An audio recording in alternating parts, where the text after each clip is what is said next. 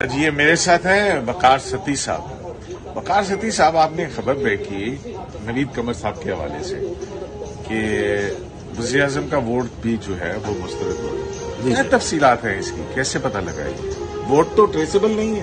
بالکل کریم صاحب، ووٹ ٹریسیبل نہیں ہے، اور جب یہ سارا کچھ ہو گیا، 7 ووٹ تھے، اور یہ بڑا ایک عجوبہ ٹائپ چیز تھی کہ جو قانون ساز ادارہ ہے جو لوگوں کے ووٹ لے کے آتے ہیں وہ خود ووٹ کیسے ڈالتے ہیں، ان کو خود اس چیز کا نہیں پتا۔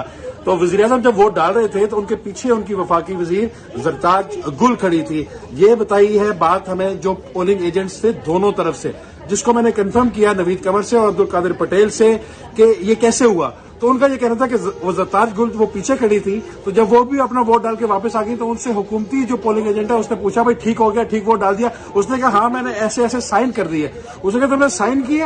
انہوں نے کہا ہاں میں نے سائن کیا۔ وزیر اعظم نے بھی تو بالکل ویسے ہی سائن کیے تھے جیسے انہوں نے کیے، ویسے میں نے کیے۔ تو پھر وہاں پہ یہ ہوا کہ انہوں نے کہا ہو یہ ووٹ جو ہے یہ دونوں کینسل ہو گئے۔ یہ ڈیورنگ پولنگ کے دوران یہ بات ہوئی، لیکن ہمیں نہیں پتا چلا۔